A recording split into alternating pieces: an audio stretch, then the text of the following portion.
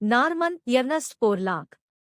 பசுமை புரட்சியின் தந்தை நார்மன் எர்னஸ்ட் போர்லாக் 1914ஆம் ஆண்டு மார்ச் 25ஆம் தேதி அமெரிக்காவின் கிறிஸ்கோ நகரில் பிறந்தார்.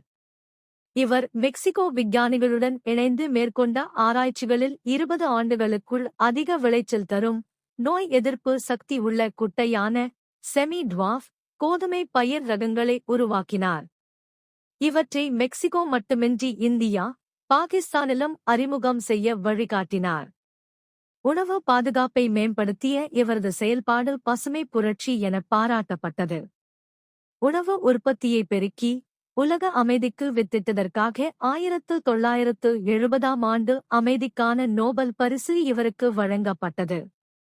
மேலும் அமெரிக்க நாடாளுமன்றத்தின் தங்கப் பதக்கம், அதிபரின் ஃப்ரீடம் பதக்கம், நோபல் பரிசு ஆகிய 3 உயர்ந்த விருதுகளை பெற்றார். இந்தியாவின் பத்ம விபூஷன் விருதும் பெற்றவர். நார்மன் எர்னஸ்ட் போர்லாக் 2009ஆம் ஆண்டு மறைந்தார்.